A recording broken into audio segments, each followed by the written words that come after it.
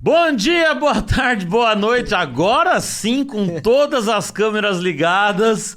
Muito obrigado você que tá aí assistindo ou ouvindo. Eu espero que você esteja assistindo no YouTube, quer dizer que a gente tá recebendo algum cascalho vindo de vocês, da visualização. Mas se você estiver na plataforma de podcast, Spotify, qualquer uma, também agradeço muito a sua audiência. De verdade, muito obrigado. Estamos gravando diretamente dos estúdios da Startar, aqui em Porto Alegre.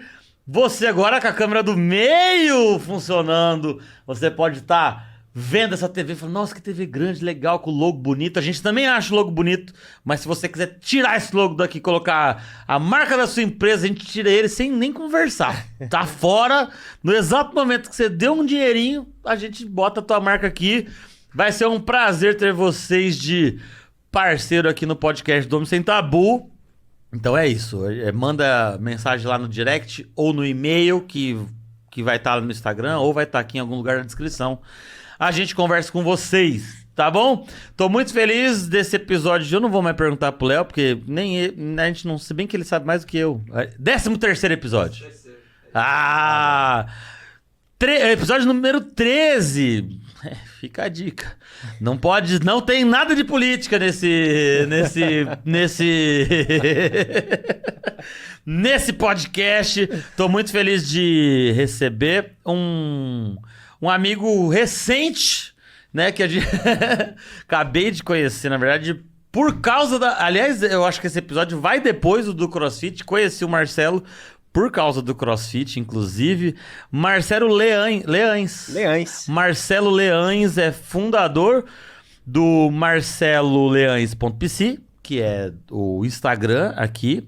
Psicanalista, psicólogo, atua no consultório particular e no Centro de Tratamento da Obesidade da Santa Casa de Misericórdia de Porto Alegre. Muito obrigado pela sua presença, Marcelo. É um prazer, Thiago. Muito bom estar aqui conversando contigo e participando do teu podcast, O Homem Sem Tabu. O Homem Sem Tabu. Fico muito feliz. A gente se conheceu no... Perguntei pro Igor... Eu tava procurando um psicólogo pra falar de outro tema, na verdade. Até falei isso com você aquele dia, né? Sim, é verdade. E aí a gente, mas tá, o que você trabalha? A gente começou a conversar. Não, vamos falar disso, que isso também é interessante, é legal. O Centro de Tratamento da Obesidade de Santa Casa Misericórdia. Você falou que você trabalha também com pessoas que estão nesse processo da bariátrica, fazer a bariátrica, certo? Exatamente. Pode falar... Eu trabalho com avaliação, preparo e acompanhamento pós-operatório de pacientes que ou vão fazer a cirurgia bariátrica ou já fizeram cirurgia bariátrica. Tá, mas não exclusivamente isso, é isso? Não exclusivamente isso. Eu também atuo daí no meu consultório particular, onde eu trabalho muito mais baseado no referencial da psicanálise. Tá. Né? Então lá eu tenho analisantes com alta frequência, é possível fazer o uso do divã, né? Que é uma forma da pessoa também relaxar e poder associar mais livremente. Sim. E a diferença, basicamente, é essa, né? Ali no hospital é um trabalho ambulatorial, onde a pessoa chega na minha frente e eu tenho 2 a 3 consultas para investigar a vida daquela pessoa, poder auxiliar ela, entender um pouco o que traz ela até aquele momento, para fazer a cirurgia bariátrica e intervir no estilo de vida dela. E também é proposto um acompanhamento, assim, pós-operatório, porque são muitas modificações, né? Uma redução muito importante do volume do estômago e que requer habilidade para segurar o guidão, né? Sim, lá na Santa Casa é mais nesse segmento, com essa galera da bariátrica mesmo. Exato. Tá, e no seu consultório, enfim, aí... Aliás, uma dúvida minha, que eu já falei disso em algum outro episódio, eu acho. Quando... Eu tinha vontade de fazer psicologia. Eu tive vontade ultimamente. Até por causa das contas do Homem Sem Tabu. As pessoas vêm me perguntar muita coisa e eu falo, ó... Eu vou te falar da minha experiência como pessoa, assim. Eu não posso te passar eu não vou te... um tratamento ou dar um diagnóstico. Mas eu comecei a me interessar. E aí falaram, da psicanálise. Você não precisa ser formado em psicologia para ser psicanalista, não é? E perfeito. São poucas pessoas que acertam essa aí, Thiago. Não precisa, né? Assim, atualmente, por exemplo, na instituição a qual eu pertenço, nós oferecemos formação analítica para não psicólogos e não médicos. Né? Então, toda aquela pessoa que está interessada, envolvida em investigar, né, sobre psicanálise, ou até mesmo buscar uma formação para desenvolver um trabalho clínico, é possível fazer esse percurso. E isso onde é que você falou? Onde que você... No Centro de Estudos Psicanalíticos de Porto Alegre, o CEP de PA. Tem formação, é tipo uma especialização, assim, de... A gente chama de uma formação, né? Formação. Ele é daria para denominar que é uma pós-graduação, né? Digamos assim. Só que, digamos assim, acho que um ponto-chave para entender do que se trata a formação analítica, tu não recebe nenhum diploma ao final, ao concluir. Não tem o reconhecimento do MEC. Tá. É um processo baseado, geralmente, num tripé, que é a análise pessoal, supervisão e seminários teóricos, onde se aprofunda o conhecimento em psicanálise e na escuta, digamos assim, do sofrimento humano. Entendi. Mas obviamente, você não tem um diploma, né? Sou psicanalista. Não. Mas você pode atuar como psicanalista. Sim. Basicamente, digamos assim, que essa é uma das partes mais interessantes. Tu não precisa ter diploma para fazer a formação, mas tu precisa ter desejo. Né? Desejo de se tornar analista. E o que acontece? Geralmente, quando a gente recebe um diploma, a gente se tranquiliza porque, sou diplomado, agora eu tenho a garantia de que eu sou um psicólogo, digamos assim, né? O psicanalista, vamos dizer assim, ele faz essa avaliação, entre aspas, todo dia quando coloca a cabeça no travesseiro. Será que eu fui um psicanalista hoje? Então, é uma formação, é uma interminável. Tu tá o tempo todo investigando, porque as formas de sofrimento mudam, né? A obesidade talvez seja um sintoma de uma forma de sofrimento.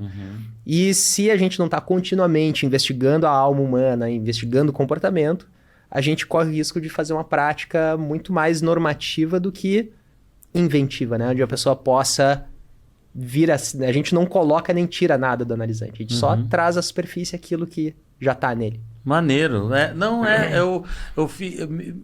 Porque quando eu fui ver isso, o podcast é outro tema, mas a gente vai falando de tudo da vida. Eu não queria fazer uma formação, não sei se sabe quando você fala, não sei se eu tô no pique de fazer psicologia, 5 anos, sei lá e tal. E aí falaram disso, você pode, se você tiver interesse, obviamente, tem a parte da psicanálise, de ser psicanalista. Claro. Até mesmo porque existem vários grupos de estudos, né, de diversos temas que são abertos ao público e que vou te passar, né, o endereço assim no site mesmo, né? Ali tem todos os grupos de estudo e vários deles é possível tu te candidatar, entrar e fazer uma investigação. Inclusive Freud tem um texto maravilhoso que se chama Totem e Tabu. Totem e Tabu. Totem e Tabu, um dos grandes textos, dizem, sociais, mas que tem a ver com a parte clínica também. Sim. Quanto tempo demora essa formação? A formação ela é interminável, né? Tu tá sempre se aprimorando. É claro que lá nós temos geralmente as instituições elas têm um curso de formação em teoria e prática e técnica analítica. Sim. E cada lugar monta mais ou menos o seu currículo. O meu teve 4 anos de formação, estudando a fundo, um período de muita leitura. Nossa, assim, eu tenho muito carinho por essa época, porque foi um período que eu tinha recém me formado e eu ingressei meio que rapidamente na formação analítica, né? Eu tinha passado num concurso no interior, trabalhava na Secretaria da Educação de um município do interior, e acabei a faculdade, a gente se dá conta, a faculdade é uma faculdade muito mais generalista, né? Ela te prepara um pouco para tudo. Sim. Após a faculdade, fui buscar a especialização, né? A formação em psicanálise. E ali foram esses 4 anos de estudo, depois eu terminei essa formação, ainda fui para uma outra instituição, fazer uma especialização daí muito mais voltada para teoria lacaniana, né? Que é uma escola contemporânea ao Freud. Sim. E aí estamos, então assim, é uma formação que não termina nunca. Sim, mas né? se eu quiser ir lá aqui em Porto Alegre, lá no centro que você disse, de psicanálise, e quiser me interessar pela formação, tem um Não tem um período que eu vou fazer esse... Sim, que é um período, esse período de 4 anos. De 4 anos? De 4 anos. Ah, é o mesmo. Tá, entendi. Tá. Massa. É. Massa. Então aí, ó, quem sabe, né? Não sei, arrumar Vai ser muito bem-vindo. As discussões, acho que são muito contemporâneas, então Mas teria muito a mas agregar. fico interessado, a gente vai conversar disso depois daqui. Lá no, eu esqueci o Centro de Tratamento da Obesidade, que a gente pode falar de tudo, mas vamos começar por isso. A pessoa que vai fazer a bariátrica, como que ela chega para você, psicólogo? Sabe assim, quais são, sei lá, as dúvidas ou qual que é a demanda desse paciente? Posso chamar de paciente, né? Uhum. Quais são essas demandas, sabe? Sim. O que você vai olhar para esse paciente e vai falar, meu, eu tenho que trabalhar nisso aqui com essa pessoa, ou sabe assim? Porque eu acho que é um bagulho... É uma cirurgia, é uma coisa que muda muito, a pessoa come muito, enfim, né? Você sabe muito mais, melhor do que eu. Então eu acho que é algo delicado, não é? É super delicado. É super delicado porque o paciente que chega para fazer uma cirurgia bariátrica, ele já tem, e isso tem vários estudos que vão mostrando, né? A pessoa até procurar um tratamento cirúrgico, ou até mesmo para procurar um médico pela primeira vez, já se passaram 5, 6 anos de muitas vezes de uma contínua, de um crescente da obesidade. E isso é um problema. E eu acho que o primeiro passo, e é a abordagem que eu trabalho com o paciente, é tentar. A gente pode começar por esse termo, que é paciente. Né? A minha proposta, e é uma coisa tão já embutida assim na nossa narrativa, especialmente num ambiente hospitalar, onde a tradição é justamente a pessoa ser passivo para a ação do médico. Sim. Mas a minha proposta é mudar a expressão paciente para agente. Porque, inevitavelmente, o paciente ele vai precisar ser agente de alguma mudança. Sim. Então, algumas coisas são fundamentais, assim, a gente entender mais ou menos como o nosso corpo funciona, para saber como lidar com ele. Sim. E entender que tem alguns aspectos que a gente não vai conseguir mudar. Idade é o que é. Não tem jeito. Se você descobrir, vende pra nós. Que vai ficar rico. Genética, Sim. né? História familiar, né? Que tem uma influência importante. Sim. Agora, e sexo, né? Alguns estudos demonstram que mulheres têm mais dificuldade para perder massa adiposa, né? Massa de gordura do que homens. Sim. Tudo bem, então, nisso a gente não vai mudar. Sim. Agora, comportamento alimentar, né? Escolhas alimentares, um estilo de vida alimentar e também a atividade física, isso dá para intervir. E não é fácil. Não é fácil. Não é fácil. Não. Né? A gente teve aí, nossa, assim, esse período de pandemia, depois que as pessoas começaram a perder um pouco o medo de voltar para as consultas, eu já recebi mais de 5 pessoas que ganharam mais de 40 quilos nesses 2 anos de pandemia. Caralho! 40 quilos. Eu engordei 16 quilos em 1 ano e meio, que é bastante também. É bastante. É um bastante. número significativo, né? Sim, e 40 quilos em 2 anos é muita coisa. Mas eu preciso dizer que aqui, ó, o engajamento do Thiago no CrossFit é uma coisa impressionante. Se eu tivesse o mesmo engajamento, viu, Karina, nutricionista?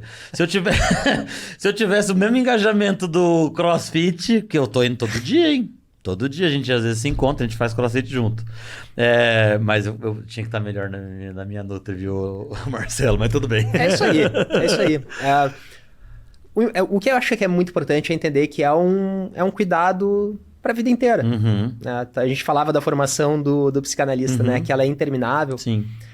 Talvez esse é um grande erro, por exemplo, na formação do psicanalista, que se a gente transpor para o tratamento da obesidade, também vai dar problema. Sim. Né? Se eu achar que ao terminar os 4 anos eu sou psicanalista e ponto final, e eu não preciso mais estudar, não preciso mais me analisar, não preciso supervisionar os casos que eu atendo, a minha própria clínica vai mostrar isso. Eu vou começar a perder os meus analisantes, as pessoas vão parar de vir, vão parar de me indicar. Né? Se eu parar de estar nesses espaços com meus pares para discutir sobre psicanálise, sobre tratamento, né, clínico, minha carreira vai embora. Sim. Né? Se eu estou fazendo um tratamento da obesidade e eu paro de cuidar da minha alimentação, paro de ter um certo tipo de curiosidade, também. Então, assim, voltando para aquela primeira pergunta que tu falou assim, tá, como é que é? É muito delicado, né, receber o paciente. E é mesmo. Tanto é que tem muitos... Nossa, tem assim... Tem simpósios, conferências sobre... Simplesmente para falar sobre comunicação com obesidade. Né? Pessoas que não sabem abordar. Que espantam, né? Assim, que colocam a questão muito num campo da moralidade, né? Da falta de força de vontade, né? Da incapacidade. E isso é um problema. Né? Porque geralmente a pessoa já vem de uma longa história de autocrítica, muitas vezes dos próprios familiares, né? Que ficam ansiosos diante de um ganho de peso. E então, dos primeiros aspectos assim, que é muito importante trabalhar é, digamos assim, a autoaceitação. Né? E a pessoa, eu digo assim, a pessoa tem que ser um pouco mais gentil com ela mesma. Né? E poder, em primeiro lugar, resgatar o valor que o corpo tem. Né? Eu faço CrossFit, não é só para ficar em forma, mas é uma forma para mim de autoconhecimento. Né? Saber qual é o limite do meu corpo. Se a gente não se cuida, a gente se machuca, né?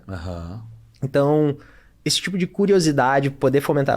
Só para ter uma ideia, né? Outro dia eu recebi uma mulher no ambulatório e ela falando da vergonha em relação ao próprio corpo, né? Que ela não conseguia sair inibida, então já começa a ter um corte dos vínculos sociais, a pessoa vai se ensimesmando. Né? E ela começou a me contar a história dela para uma pessoa que já havia tido, se não me engano, 3 filhos. Fez 2 ou 3 mudanças de carreira e conseguiu mudar de carreira e conseguiu também, começou a criar renda, né? Começou a estudar, saiu de uma relação abusiva, né? Que também já era um dos sintomas de uma depressão que iniciava lá na adolescência. E eu perguntei pra ela, escuta aqui, a primeira coisa que a gente precisa é... Tu tem ideia que tu gestou 3 vidas no teu ventre? Assim, tu tem noção que é o teu corpo que te leva pro trabalho todo dia? Assim, e aí, foi um clique que deu nela, assim, pra... Não, isso que eu tenho, que eu critico tanto quando eu olho no espelho, isso aqui tem valor. Não, então, existe uma ressignificação que, claro, não vai acontecer no tempo de uma consulta, né? Mas de um trabalho, eu penso, de uma vida. Mas que essa primeira entrevista é um momento para colocar algumas balizas, assim, que vão ser decisivas para o tratamento. Essa mulher, no caso, era uma pessoa gorda? Sim. Buscando cirurgia bariátrica. Buscando bariátrica. Essa parte do... Lógico, eu ia te perguntar se existe um protocolo de... Tipo, é necessário tantas consultas com o psicólogo, psicanalista, enfim, antes da cirurgia, ou durante, ou depois. Existe um número disso? Sim. Existe um número mínimo... Você falou em 3 ali. Em 3, exatamente. Número mínimo, né? Às vezes são 2 a 3 consultas. Porque... digamos assim, se tem uma pessoa... Eu preciso fazer uma avaliação, né? Eu não vou curar um problema da pessoa ali, né? O foco dessa entrevista é muito de poder avaliar, orientar, né? E intervir. Então, isso é possível fazer a partir de 2 sessões, né? 2 consultas. E isso depois se prolonga para depois? O protocolo, sim. Na prática, infelizmente, muitos pacientes abandonam o tratamento. E, infelizmente, muitas vezes voltam quando tem já algum tipo de reganho, algum tipo de problema mais grave, assim. Isso, eu realmente não... Vou perguntar, óbvio, porque eu não sei. Claro. Tem como... A cirurgia bariátrica ela é feita pelo SUS? Também. E aí, no SUS, a pessoa teria, então, essas consultas iniciais e poderia continuar com essas consultas depois. Isso faz parte do todo, não faz? Sim, faz parte. Entendi. Faz parte. E no particular, obviamente, que aí é... só pagar. É só pagar, sim.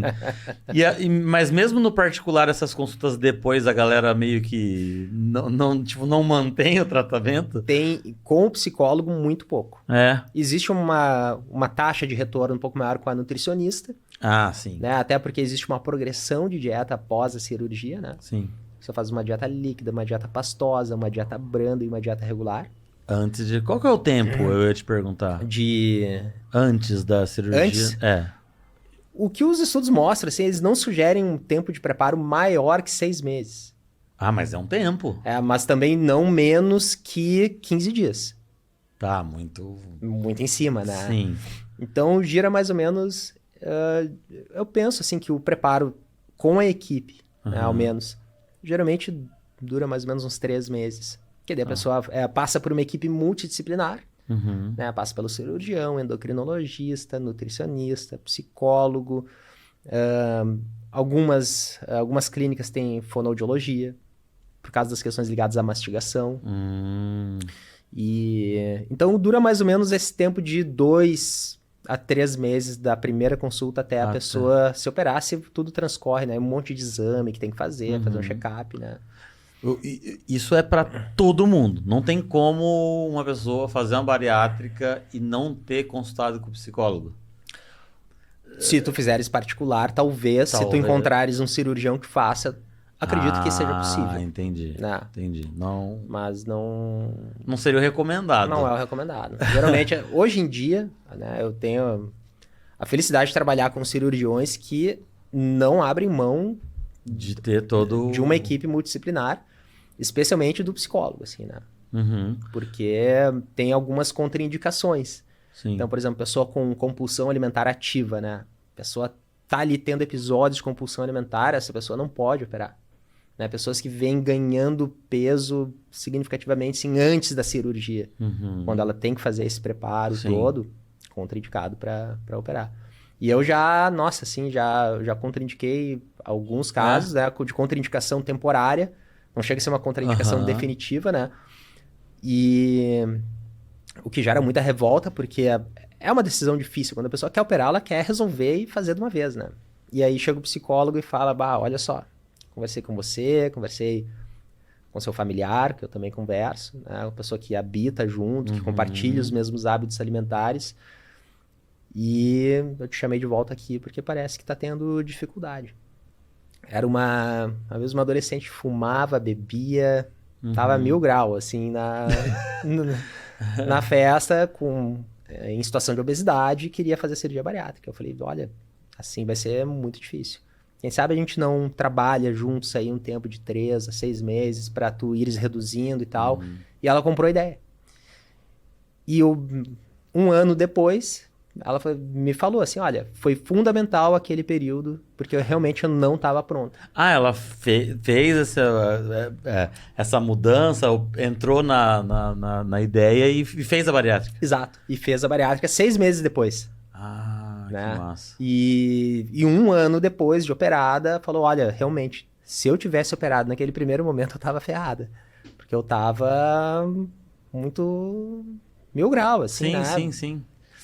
O pessoal, isso da compulsão alimentar. A compulsão alimentar, ela se você perguntar pra mim, pro Léo ali, pra qualquer pessoa, vai ser, eu vou falar, eu acho que é quem come muito a toda hora. É isso? Não. É o que a gente chama popularmente ali, né, da compulsão. Eu tenho compulsão. Eu até mesmo utilizo essa expressão de forma bem ampla, porque eu preciso me comunicar com as pessoas. Então, é um comunicador, assim, né? Se eu ficar falando de transtorno da compulsão alimentar periódica, né? Que entra numa parte muito mais específica, eu não me comunico, né? Agora, dá para dizer que o transtorno da compulsão alimentar periódica, isso que a gente chama de compulsão, ele é um diagnóstico psiquiátrico, né? Mas que para chegar até ali, a gente tem todos os seus derivativos, né? Então, a gente tem um comer por impulso, né? A gente tem aquele comer estressado, o qual eu me identifico muito, assim, né? E então, assim, que é ou ficar beliscando continuamente, né? E muitas vezes isso vai se tornando um hábito. Sim. Né? O transtorno mesmo é um quadro bem grave que tem tratamento também, né? Principalmente o tratamento pela palavra demonstra uma boa eficácia. Mas são quadros as pessoas têm borrões na memória, elas não lembram dos episódios. É mesmo? E cada caso é um caso. Apesar da manifestação ali, né, do fenômeno ser muito parecido, Uhum. né? Então, assim, pessoas que colocam tudo dentro de um liquidificador e fazem um shake, assim, mas com tudo que tem dentro com muitas coisas para, digamos assim, preencher um vazio, né? Assim, faz uma ingesta calórica absurda, assim, num curto período de tempo e com uma certa frequência também. Caralho, que doideira. Aí, Isso é um diagnóstico como qualquer outro dentro da psicologia. Tipo, eu sou diagnosticado com TAG. Então é a mesma coisa. Você vai ter lá a análise que você faz da pessoa e ela tem transtorno. Como é que é o nome todo? Transtorno da compulsão alimentar periódica. Transtorno da compulsão alimentar periódica. E isso é um dos maiores problemas para as pessoas da bariátrica ou não? Tem assim uma porcentagem, sabe assim, sei lá, uma porcentagem. Não, metade das pessoas que fazem a bariátrica ou que tem alguma coisa ali com o psicólogo, o problema maior depois é isso. Ou uma pessoa com um transtorno desse nem tem recomendação para fazer bariátrica. Que é o que você falou, né? Se ela tá com sintomas ativos da compulsão, não é indicado, né? Porque imagina, não sei se você sabe, mas o nosso estômago tem mais ou menos o volume de 1,5 litro, 2 litros. Tu tem ideia que tamanho fica o estômago depois? De comer? Depois da bariátrica. Não. De 50 a 100 ml. 100 ml? 100 ml. Ou seja, essa garrafa aqui que tem 500? Fica mais ou menos aqui, assim, ó. Só que o estômago tem 2 tipos de cirurgias, tá? Que eu não vou entrar, assim, em detalhe, porque eu não acho que não é o foco do nosso papo, assim. Mas é uma redução muito drástica. Se a pessoa tem sintoma de compulsão alimentar ativa, essa pessoa vai entrar num estado de sofrimento... Porque ela não vai conseguir comer mesmo, né? Óbvio. Não vai. Não vai conseguir. Tem uma restrição anatômica mesmo do estômago, né? Que tá pequenininho. Então, só que tem tratamento. E foi isso que eu fui buscar quando eu comecei a trabalhar com obesidade. Falei, nossa, uma coisa eu receber no meu consultório um analisante que eu vejo ele 1, 2, 3 vezes por semana. Agora, eu tô no ambulatório de um hospital que eu tenho 2 a 3 sessões para ver essa pessoa. Né? Como é que eu vou fazer? Então, muitas intervenções, digamos, mais do campo da psicanálise é possível ser feito, né? Porque a entrevista é uma entrevista bem ampla, assim, semi-estruturada. A primeira pergunta que eu faço para a pessoa é assim, tá, me conta como é que tu chegou até aqui. E aí a pessoa começa a falar, e a gente vai investigando história familiar, sono, atividade física e tal. E aí eu fui buscar falei, o que existe de tratamento? E a maior parte do tratamento era da terapia cognitivo-comportamental. Da TCC. Da TCC. Sim. Que tem uma eficácia boa, né? Eu não sou daqueles que joga pedra assim nas outras na janela do vizinho. E eu descobri um protocolo né, de tratamento da compulsão alimentar que estava superando em muito os protocolos de cognitivo comportamental. E para minha surpresa, esse protocolo é baseado em meditação. Caralho. E aí eu comecei a pesquisar, falei, cara, quem foi que fez esse protocolo? E fui atrás, encontrei a pessoa nos Estados Unidos, mandei mensagem, procurei onde é que eles transmitiam esse tratamento, encontrei e me inscrevi. E eu falei, eu vou fazer uma formação agora em Mindful Eating, né, que congrega as técnicas da meditação com outras coisas que eu achei já muito parecidas que eu fazia no ambulatório. E esse tratamento para compulsão, ele é bem revolucionário, assim, só para ter ideia, as pessoas, eles acompanharam esses pacientes 6 meses depois até, então assim, é um programa de 8 semanas, e 6 meses depois desse programa, continuaram avaliando os participantes. 95% das pessoas não cumpriam mais critério para compulsão alimentar. Caralho. 95%. Bom, eu falei, para tudo, né? Para tudo, onde é que tá esse protocolo? E aí eu fui ser, digamos, cobaia, fui ser aluno desse protocolo e atravessei todo o protocolo.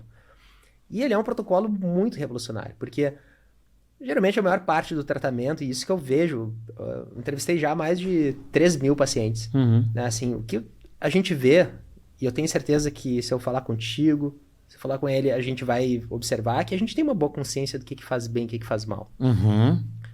Tu sabe sobre fritura, sabe sobre massa, sabe sobre açúcar.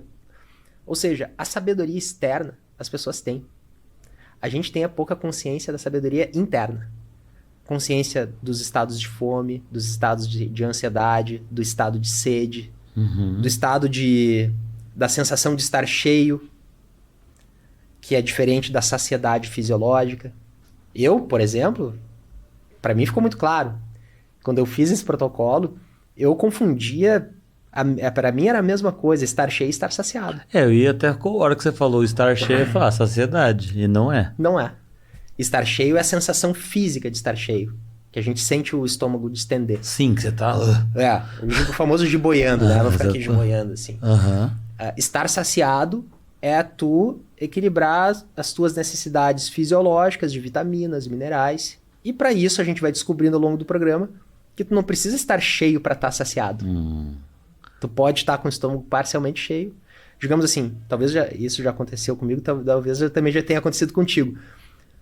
Tu tá fazendo alguma atividade, tu tá almoçando e daqui a pouco surge uma urgência, tu tem que parar. Tu deu 4 garfadas. Sim. E aí ficou 15, 20 minutos envolvido. Chegou o cara da net para instalar. Daí tu deixou o almoço esfriando em cima da mesa.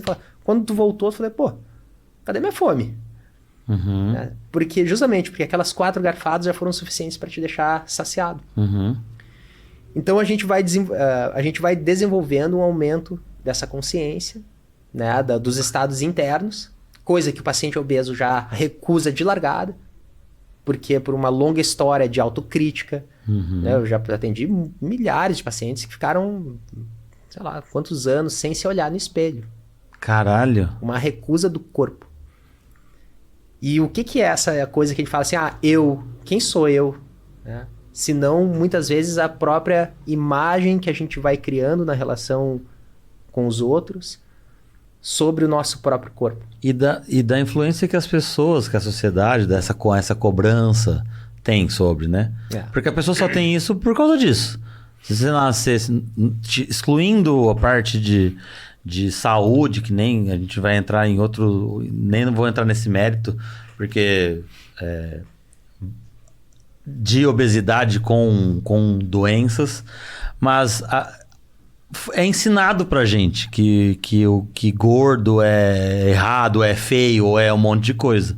Então, uma pessoa que não consegue se olhar no espelho, se ela tivesse nascido num lugar que não fosse assim, lógico que ela não ia se sentir diferente, né? Então, eu acho que tem a ver com o que as pessoas, como nós aprendemos o que é certo, o que é bom, o que não é. Mas isso de entender a saciedade, de ouvir, eu acho que é muito aquilo que você falou, que você mandou a mensagem quando eu te perguntei, de ouvir o teu corpo, alguma coisa nesse sentido, né? De aprender isso. De aprender a se entender. É exatamente esse o caminho, né? Mas o que acontece? A gente tem... nós somos mentes primitivas lidando com dispositivos muito tecnológicos.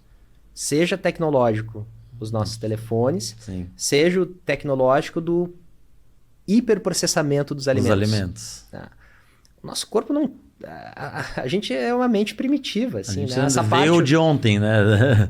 Exatamente, o nosso neocórtex, né, que é a nossa parte mais jovem, ela é um bebê, né? Versus essa parte mais primitiva, mais voraz. Sim. Então, assim, existe a necessidade de aprender um pouco, então, como é que funciona o nosso corpo. Sim. Né? Mas eu me lembro, eu acho que eu mudei um pouco o assunto do que tu estava falando. Não, pode continuar. Tá tudo certo. Que tu estava falando da compulsão. Da compulsão e de ouvir o corpo. Né? Desse olhar para dentro. Acho que é por aí. Sim. Existe uma procura... Tipo, eu não tenho a menor noção de quantas pessoas... Ou se a busca por uma cirurgia bariátrica é muito grande, assim? É muito grande. É muito grande. Cada vez maior. Né? A gente pega a evolução da obesidade no mundo, né, que inclusive coincide com o desenvolvimento da industrialização, né, desses alimentos hiperprocessados. Sim. E a gente tem um aumento vertiginoso, assim, de pessoas procurando o tratamento cirúrgico, né, da obesidade. Mas nessa parte de, sei lá, 2 ou 3 entrevistas, eu fico pensando, porque se é uma pessoa que nunca foi num psicólogo, até... Acho que é até injusto jogar nas tuas costas como um profissional da área, que em 2, 3 entrevistas é óbvio que... é lógico que não sei como falar, não é que é o suficiente, mas pro protocolo funciona, porque tá dentro do protocolo, mas é óbvio que uma pessoa que vai trabalhar com autoaceitação, autoimagem, essas coisas, você precisa de um tempo maior para essas coisas, não? Precisa. Você não vai... Ixi, deu tudo certo. Aqui sumiu. Precisa, e é por isso que a gente propõe esse acompanhamento pós-operatório.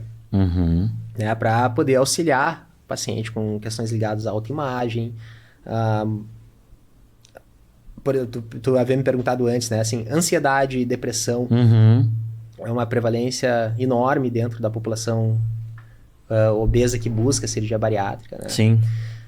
E realmente, o meu trabalho é muito de poder avaliar, ver se a pessoa está apta para operar. Sim.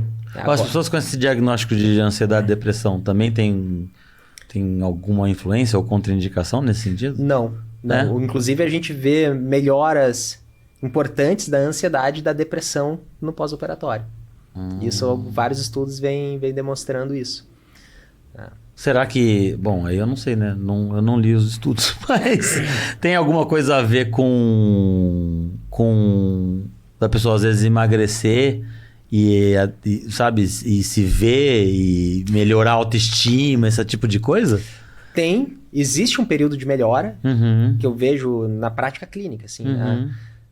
Eu acho que esse assunto ele é muito importante, assim, porque tem um período de melhora, sim, mas quando a expectativa do paciente ou do agente, né, ele está fortemente debruçado em cima da questão da autoimagem, a chance é que esse tratamento fracasse. Né? Porque a pessoa... Existe uma idealização, então esse é um dos meus papéis no pré-operatório. Sim. Uma idealização sobre os resultados, sobre os desdobramentos, né? E o que acontece? Muitas vezes a pessoa vai lá, ela emagreceu. Sim. Tá? Ela consegue trabalhar sem sentir dor no joelho, ela consegue passar numa roleta do ônibus, ela consegue voltar a amarrar o cadarço, ela consegue voltar a brincar com os filhos. Sim. Mas aquela coisa com a autoimagem continua assim, eu tô feia, não tô bem, agora eu tô flácida, porque tem... sim. Agora eu tô flácida. E isso é uma fonte de ansiedade que vai, muitas vezes, voltar a escoar pro comer. Porque tudo bem, tu não vai conseguir comer uma porção significativa de comida. Mas se tu quiser ficar beliscando ao longo do dia inteiro, tu vai. E comendo errado, porque a pessoa pode não conseguir comer 2x inteiro. Mas ela vai comer 1/3 de X, que é X também. Ela não mudou a alimentação dela, né? Porque aí eu acho que vai estar mais na cabeça mesmo, de entender que aquilo ali vai fazer mal de alguma forma ou coisa assim, né? Eu não trabalho com nenhum tipo de proibição. Tipo, não pode fazer isso. Porque tu sabe que, geralmente, os tabus, né? As proibições, né? A gente tem na nossa cidade o tabu do incesto, o tabu vários do parricídio, né? Dentre muitos outros. Quando a gente proíbe, a proibição tem a ver com algo que a gente deseja muito. Né? Então, assim, tem que criar esses tabus, essas leis para...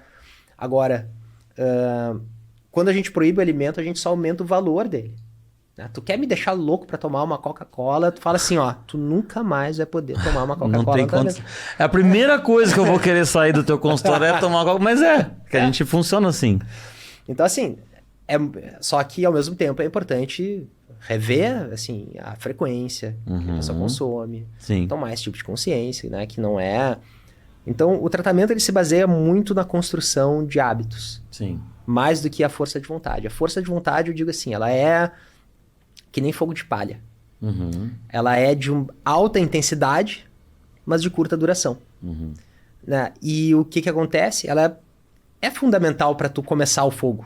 Não consegue começar um fogo com uma tora, Sim. né, de 20 centímetros de diâmetro. Sim. Não, tu precisa dessa força de vontade para dar os primeiros passos, mas ela não sustenta o tratamento, porque o estresse e a ansiedade, que para mim são os pontos mais sensíveis do tratamento, quando a gente está submetido a estresse, é o primeiro disjuntor que cai, é o da força de vontade. Sim. Eu posso chegar na frente lá do psicólogo e falar, não, eu sei que eu tenho que fazer, eu tô muito consciente, agora eu vou mudar isso aqui. Aí, sei lá, pisou no cadarço desamarrado. Foda-se, vou comer, não sei o que. Quer dizer, quando tu tá sob estresse, o disjuntor da força de vontade, toda a racionalização, ela cai. Então, quando a gente vai tornando alguns hábitos mais consistentes, a gente nem pensa pra fazer. E essa é uma das morais, assim. Então, escovar os dentes. A gente já não pensa quando acorda, assim, não, preciso... É uma coisa que já tá ali inserida no dia a dia. Então, a ideia é que a gente possa ir construindo hábitos e poder, principalmente, já que o comer voraz, ele tá muito ligado... Tá muito mais ligado ao estômago do que ao paladar. Sim. Então, a gente estimula muito, assim, o paladar do alimento. O curso é fantástico, assim. A gente come uva passa, que é bem sem graça, né? Aí depois a gente come queijos e bolachas, que são coisas muito fáceis da gente comer demais. Depois a gente faz um exercício com um copo d'água, porque ele tem... para tentar ter uma dimensão do volume gástrico. Então a ideia até causa um certo desconforto, porque a ideia é encher. E comendo chocolate. E tu sabe o que é mais interessante, assim, é que eles avaliaram e perguntavam para quem participou da pesquisa, assim, olha, quando tu tem um episódio de compulsão, que tu come demais, de exagero, qual é a magnitude do teu episódio? Pequeno, médio ou grande? Antes, a maior parte dos participantes falaram, é de grande magnitude, eu começo e vai o boi com a corda, né? Eu vou embora. Após essas 8 semanas, a maior parte era de pequena magnitude. Então, o que acontece? Quando começa, tu consegue interromper. Tu começa a interromper alguns ciclos automáticos de comer demais, de comer sem pensar. Tu começa a prestar atenção. Sim. E isso é um divisor de águas. Caralho. Sim. Isso que você falou que faz os testes é dentro de comer o biscoito, é dentro desse protocolo desse de protocolo do que você falou que foi aprender lá. E você usa isso com as pessoas dentro lá com essas pessoas que vai passar pelo processo da bariátrica? Como o tempo da consulta ele é muito limitado, sim, eu não consigo, eu tento fazer como um caso a caso, um a um. Então, eu escuto, entrevisto e vou dando uma orientação e algumas recomendações que eu quero que a pessoa pratique. Né? A meditação geralmente é uma delas. Sim. Né? Vantagens. Nenhum risco, é gratuito, não tem nada a perder, não é só fazer, tu vai ter que investir a coisa mais preciosa da vida, que é o tempo. O tempo, né? Mas não é muito mesmo que eu peço 5 minutos por dia. Sim. Né? Que é o que eu faço atualmente. Sim. Então, assim, é a respeito desse protocolo. Isso de criar hábitos, né? Quando você... E aí eu tô falando do que a gente faz junto, que é lá no CrossFit. Eu falei isso agora no episódio anterior. O CrossFit, pra mim, entrou com uma atividade física que... Para qualquer outra pessoa pode ser o judô, a natação e tal, mas que você entende como atividade física e que você faz aquilo porque te faz bem, porque, sabe? Então, isso que você estava falando de criar um hábito. Você tem que estar às 8 no trabalho. Então, você não pensa. Você acorda, escova o dente também sem pensar, toma o teu café da manhã com os hábitos e tudo mais, e aí é que entra. O teu hábito é escovar o dente logo depois disso, comer 5 pão de queijo, ou um iogurte com granola. Que você tá dentro do seu hábito. E eu acho que... E realmente é muito difícil mudar isso, né? Eu acho muito difícil... No caso do exercício que eu gostei muito do CrossFit, beleza. Eu consegui botar ele na minha rotina como algo que... Cara, eu vou pro CrossFit bem. Eu não vou por obrigação, sabe? Mas algumas coisas de alimentação, por exemplo, e aí também tem a parte, sei lá, acho que do meu histórico de como aprender a comer e tudo mais. Eu não tenho diagnóstico, mas eu acho que eu tenho um paladar infantil. Você tem paladar infantil, Léo? Não, Muito. Muito. É isso. É industrializado e pizza e é só isso.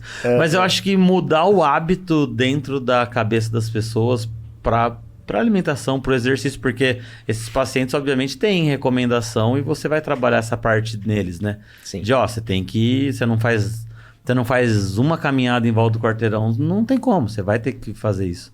Isso entra dentro da sua conversa com eles, né? Entra. Eu considero que tem são 3 pilares fundamentais, né? Assim, né? Que é a saúde mental, né? Que, na verdade, é o que vai proporcionar que tu consiga estabelecer uma atividade física regular. Né? E aí, quando a gente fala atividade física regular para tratamento da obesidade, a gente está falando de algo que a pessoa precisa ganhar músculo. O que vai ser, eu não sei. Eu adoro CrossFit, mas o que serve para mim não pode não servir para o outro, né? Inclusive, eu queria que muitas vezes eu marquei o Igor e a Rafa, porque muita gente, por exemplo, a inibição que eu falava antes é um problema. Inibição é um problema. Sim. Né? Assim, a pessoa entrar numa box de CrossFit, e isso é uma coisa que até me chamou muita atenção, na frente da box, da nossa box ali, é tudo a galera, né? Um monte de ogro ali levantando, Fraser, né? Os caras... Quer dizer, mas quem é que frequenta ali, assim, né? Sim. Tem uma galera que nunca botou, ou que já botou pé dentro de uma academia e não foi bem atendido.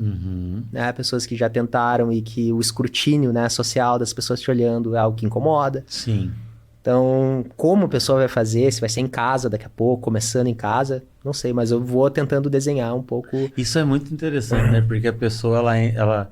Eu não sei o que é isso, né? Porque é a mesma coisa, né? Tipo, eu não sou mulher pra saber o que uma mulher passa, eu não sou negro, né? Enfim, eu nunca sofri com um lance... Eu não tô no meu peso ideal da saúde, mas eu não sou uma pessoa obesa, que tem problema de passar numa catraca de ônibus, sabe? Que não tem problema de chegar, sentar numa cadeira e ela quebrar ou não caber. Isso, eu acho que isso no dia a dia, essas que seriam pequenas, coisas que não são pequenas, né? O cara chega, ele sente...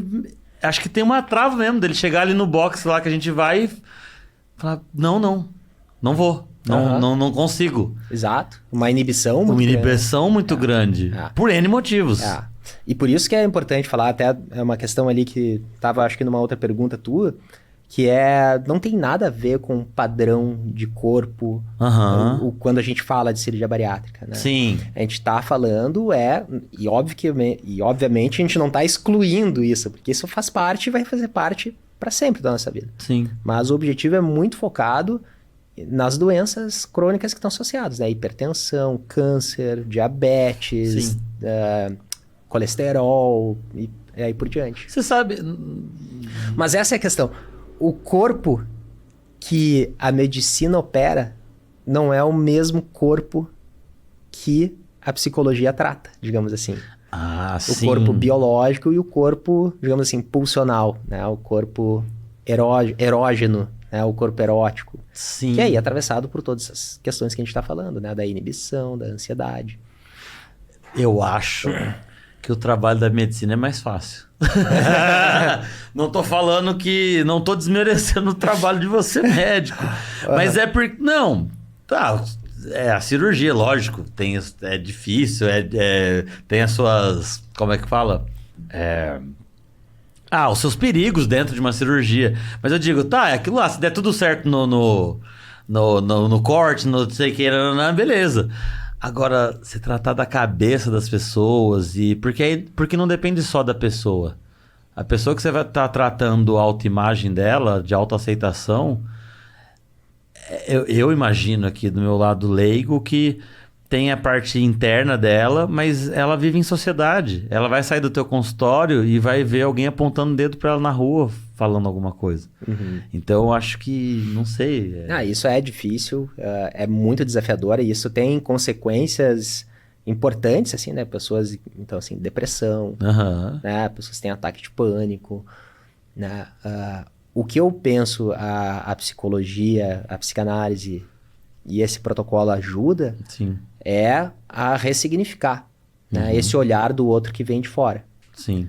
Assim... poder receber, como eu vou receber essa crítica? Como Sim. eu vou... Quando a pessoa, a base que recebe essa crítica já vem vilipendiada, né? De uma vida inteira de sofrimento, a pessoa cai mesmo, Tomba. né? Assim, entra em estados de tristeza profunda, de apatia, né? Mas é importante fortalecer esse eu. Sim. Porque Né? ela vai vir, a crítica vai vir. Nossa, e a crítica sempre vem, né? É. O único jeito que tem da gente não ser criticado é não fazendo nada. Sim. Daí talvez E a vai gente ser ainda mais criticado falta crítica. Não, você vai ser criticado por não fazer nada. Né? Muito. E essas pessoas depois são criticadas. Aham. Ah, conseguiu porque tu fez bariátrica. Ah, com bariátrica é mais fácil. Aham. Você não tem ideia do perrengue que é tu fazer um batalhão de exames, consultas, cirurgia, pós-operatório, restrição anatômica do estômago para a vida inteira. Sim. Então, assim, A parte psicológica que é também difícil. Então, é qualquer coisa menos fácil. Né? Sim. Mas as pessoas criticam. Então, assim, poder fortalecer a pessoa através de um tratamento para que ela possa receber essas críticas e, digamos assim, dizem que matar um leão por dia é fácil, o difícil é desviar das antas, né? Eu gostei dessa. Porque sempre tem o juízo de fora. Sim. A gente não vai conseguir escapar disso, né? Assim, agora, como a gente vai receber e amortecer esse impacto, eu acho que é uma habilidade que a gente pode desenvolver. Sim. Né? Você tem uma ideia do que em relação a gênero, tipo homens ou mulheres e idade, assim, tipo mais mulheres ou mais homens usam do seu serviço, assim? 90% mulheres. 90% mulheres? 90% mulheres. Fazendo bariátrica? 90%. Muito mais. Muito mais. Caralho. Amplamente o público feminino. No meu perfil, a maior parte das pessoas que eu falo, 90% a 95% são mulheres. Nossa, mas isso... Bom, eu queria ter esse dado, agora não tem, mas porque eu imagino que... Eu não sei qual é a porcentagem de pessoas obesas entre homens e mulheres.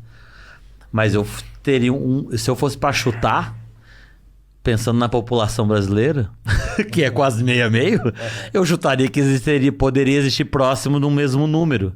E é bizarro, 90% da procura por esse tipo de cirurgia ser de mulher, não é estranho isso?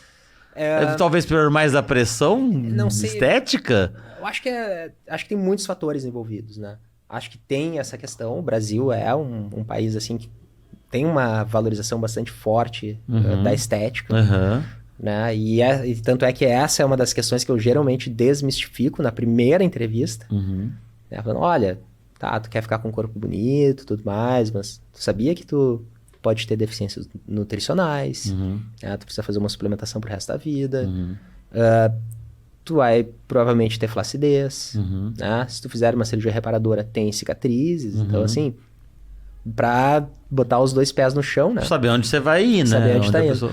Então, eu acho que tem essa pressão, mas eu acho que existe, aí é uma ótima questão pra gente conversar, que é uma grande recusa dos homens a procurar cuidados médicos, autocuidados. Com certeza. E, de alguma forma, a obesidade masculina ela é mais aceita do que a obesidade feminina. Sim. Isso parece de comum acordo aqui. Sim. Então, quando eu recebo, assim, pacientes homens obesos para tratamento cirúrgico, olha, geralmente são pacientes difíceis, assim, também. É? Muitas vezes consumo abusivo de álcool, muito mais frequentemente do que mulheres. Né? E geralmente são pessoas que deixam a corda esticar até o último, assim. A cirurgia é o que a pessoa menos queria, mas vai, digamos, ter que fazer porque tá hipertenso, já botou stent, Já tá no fim do pito já. Tá com gordura no fígado do grau máximo, assim, a pessoa tá, né? Cruzando o Cabo da Boa Esperança ali. Já tá dando a volta no... E aí a pessoa não, daí vai, então são tratamentos difíceis também. Sim. Caralho, eu achei bem interessante isso. Mas isso com certeza não, mas uma grande chance de ter essa relação com, realmente, de homem do autocuidado mesmo, de ir no médico, não vai em psicólogo, no teu consultório particular. O maior número de pacientes são mulheres também? Tem crescido muito a procura de homens. É? Eu diria que atualmente deve estar quase meio a meio. É? Que bom! Que bom, porque existe uma resistência muito grande. A primeira vez que eu fui no psicólogo é porque eu tava, não era questão de vida ou morte, né? Mas assim, mentalmente talvez fosse, que eu tava que eu, tipo, não tinha mais o que fazer. Entende? Tipo, e era, no meu caso, foi um término de relacionamento e tal. Eu sempre ouvia minha mãe falando, ou não sempre, mas tipo, ex-namorado, mãe, porque eu era muito ansioso, às vezes eu tinha uma não é irritabilidade a palavra, mas era meio uma agressividade, às vezes, em momentos. Enfim. E aí minha mãe disse, procura um psicólogo. Nossa, eu ficava conversa com alguém. puto. Tipo, não, eu não sou doente. Não preciso disso, não sei o quê. E aí, quando deu a merda no meu noivado lá, meu pai chegou em casa, filho. Eu tava em posição fetal, chorando, assim. Eu emagreci 10 quilos, acho que em 2 meses. Tipo, e eu não tinha mais o que fazer, não dava mais. Conversar com a minha mãe não adiantava, conversar com meu amigo não adiantava. Aí eu falei, eu preciso de um psicólogo. A gente tem uma resistência muito grande, cara. Existe. Isso a gente vê até hoje. Assim, muitas vezes algum colega encaminha algum analisante assim, para o consultório e às vezes leva um tempo assim, entre a pessoa pegar o meu telefone e entrar em contato. Tudo tem seu tempo, né? Sim. Mas tem aumentado. Não, isso eu acho interessante. Tem aumentado a procura de homens querendo se deparar com seus tabus. Com os seus problemas da cabeça também, né? Aí eu parei, hoje eu faço, ainda tenho, hoje de novo eu faço terapia. Mas foi o mesmo preconceito quando a minha terapeuta falou, você já pensou em consultar com um psiquiatra? Nossa, eu fiquei puto também. Falei, só me falta agora, tem que tomar remédio. Hoje eu agradeço esse Talopram, a minha vida melhorou muito. Mas realmente a gente tem muita dificuldade em buscar ajuda e de assumir que às vezes a gente tá fraco, que precisa... Fraqueza não é um problema... Assim, não te faz mais ou menos homem ou pessoa, né? Mas a gente cresce ouvindo isso, né? Que você tem que conseguir... Tem que ser forte, boys don't cry. Exatamente. Se vira. Eu não tenho tempo. Eu trabalho, não tenho tempo para... Caralho, não, bicho. Você tá mal, entendeu?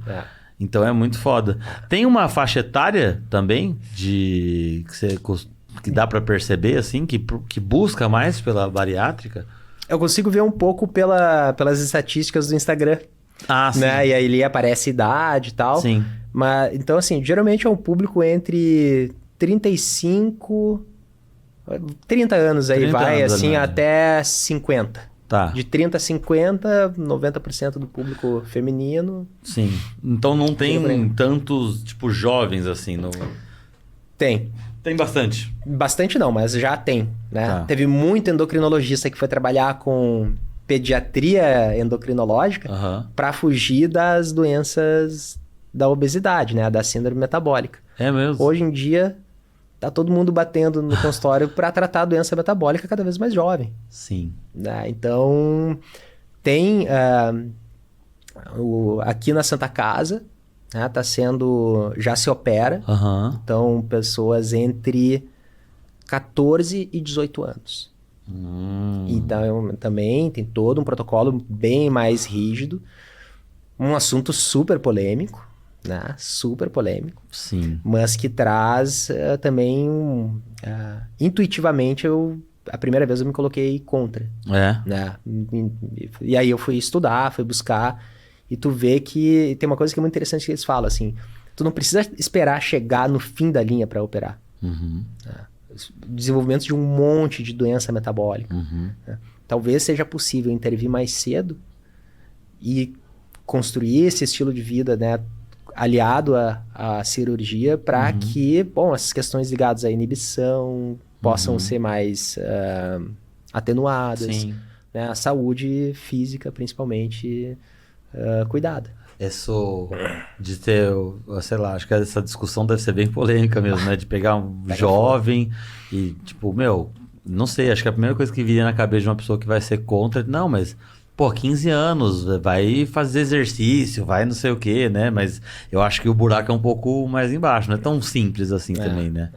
Deixa eu te falar uma coisa. Eu sei que que hora que eu já vi aqui, ó. Ixi, 5h30. É 5h30?